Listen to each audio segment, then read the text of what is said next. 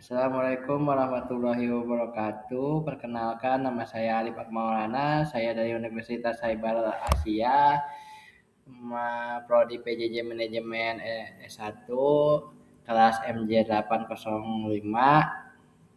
Di sini saya akan menyampaikan materi pembahasan yaitu Business Understanding.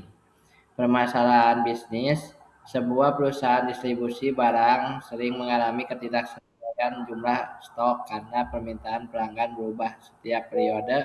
Akibatnya perusahaan mengalami A. Overstock sehingga biaya penyimpanan meningkat. B. Stock out sehingga pelanggan kecewa karena barang kosong. C. Perencanaan distribusi kurang optimal.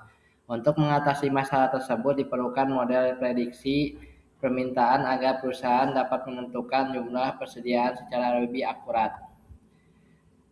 Tujuan analitik membangun model prediksi permintaan produk berdasarkan data historis penjualan sehingga perusahaan mampu menentukan jumlah stok yang optimal. Metrik keberhasilan, metrik yang digunakan adalah A. Root mean squared error yang disebut LMSE, B. Mean absolute error yang disebut MAE. Semakin kecil nilai LMSE dan MAE, maka semakin baik hasil prediksi. Dampak bisnis jika model berhasil: A. Mengurangi biaya penyimpanan, B. Mengurangi kekurangan stok, C. Meningkatkan kepuasan pelanggan. Membantu pengambilan keputusan pembelian barang. Materi pembahasan selanjutnya yaitu data understanding. Dataset yang digunakan berasal dari UC Machine Learning Repository atau Kangal Demand Forecasting Dataset. Variabel yang digunakan antara lain A. Date, B. Store, C. Item, D. Sales atau target.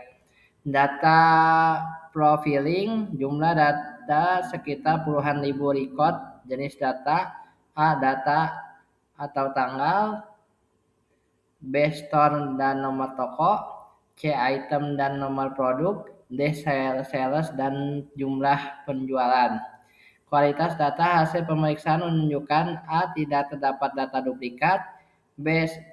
Beberapa data memiliki nilai kosong pada atribut tertentu sehingga ditentukan pembersihan. Format tanggal perlu diubah menjadi tipe data.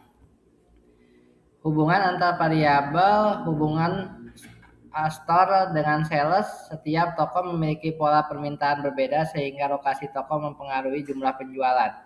Hubungan item dengan sales, produk yang lebih populer memiliki permintaan lebih tinggi dibanding produk lainnya sehingga variabel item berpengaruh terhadap target. Interpretasi bisnis, perusahaan dapat menentukan stok berbeda pada setiap cabang berdasarkan karakteristik permintaannya. Data preparation, tahapan yang dilakukan: A. Missing value handling, nilai kosong dihapus menggunakan reflash missing value. Alasannya agar model tidak menghasilkan prediksi yang biasa. B. Normalisasi data menggunakan normalize atau disebut min atau max. Alasannya mempercepat proses pembelajaran algoritma dan membuat skala data seragam. C. Konversi format tanggal mengubah date menjadi atribut numerik seperti 1 tahun, 2 bulan, 3 hari. Selanjutnya itu modeling proses pengelolaan data dari awal. Model dibangun menggunakan Leavitt Miner. Algoritma yang dipilih decision tree. Alasannya: A. Mudah dipahami, B. Cepat diproses, C. Dapat menangani data numerik maupun kategorik, D. Kompleksitas komputasi relatif rendah sehingga cocok untuk dataset besar. Berdasarkan proses pada RapidMiner dan demand forecasting terlebih dahulu dibaca menggunakan lead CSF. Kemudian dilakukan penanganan data kosong melalui replace mining value. Selanjutnya data dinormalisasi agar memiliki skala yang lebih seragam. Kemudian diterapkan pada data melalui apply model. Hasil evaluasi menunjukkan nilai root, mean, square error yang disebut LMSE sebesar 12,404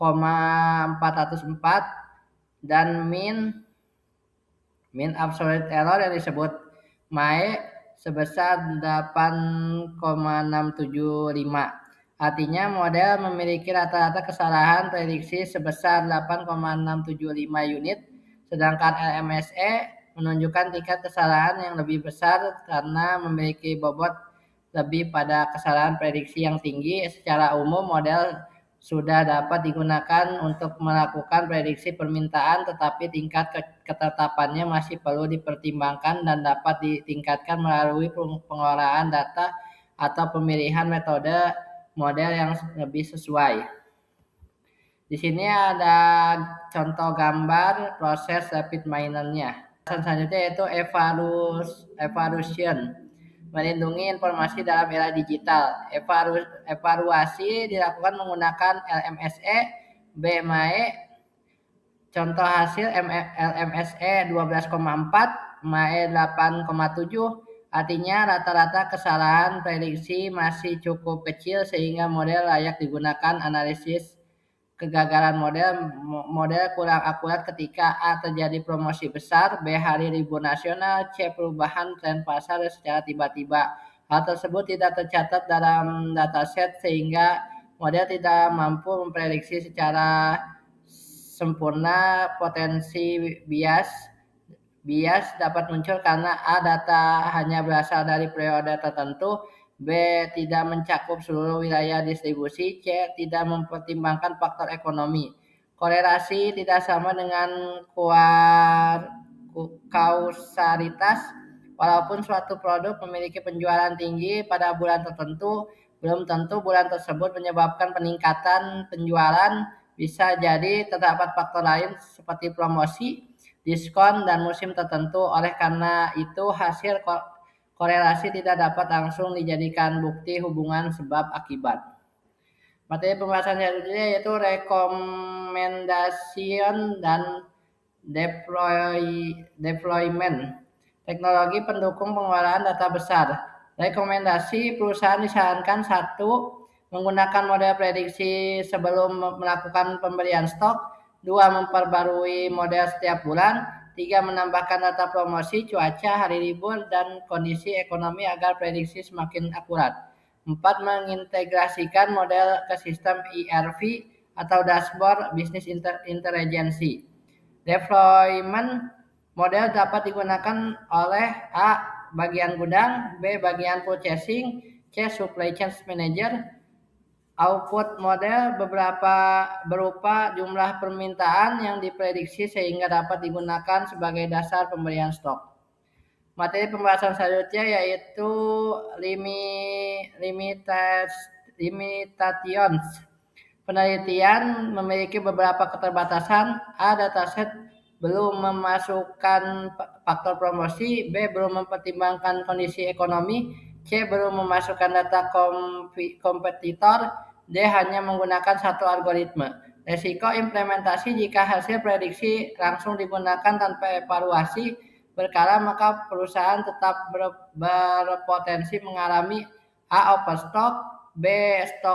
stock out, C. kerugian operasional. Oleh karena itu, model perlu diperbarui secara rutin menggunakan data terbaru.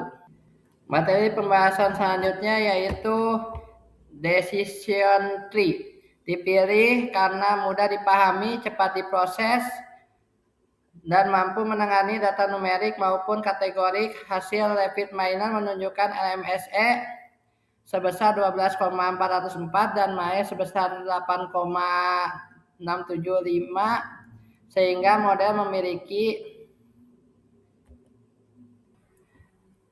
Sehingga model memiliki kemampuan prediksi yang cukup baik dalam konteks dataset yang digunakan, namun hasil tersebut belum dapat dianggap sebagai bukti bahwa model sangat akurat karena masih terdapat keterbatasan data dan kemungkinan evaluasi yang belum menggunakan data pengujian yang benar-benar terpisah. Oleh karena itu, model lebih tepat digunakan sebagai alat bantu dalam mengambil keputusan bisnis, bukan sebagai satu-satunya dasar di penentuan jumlah stok.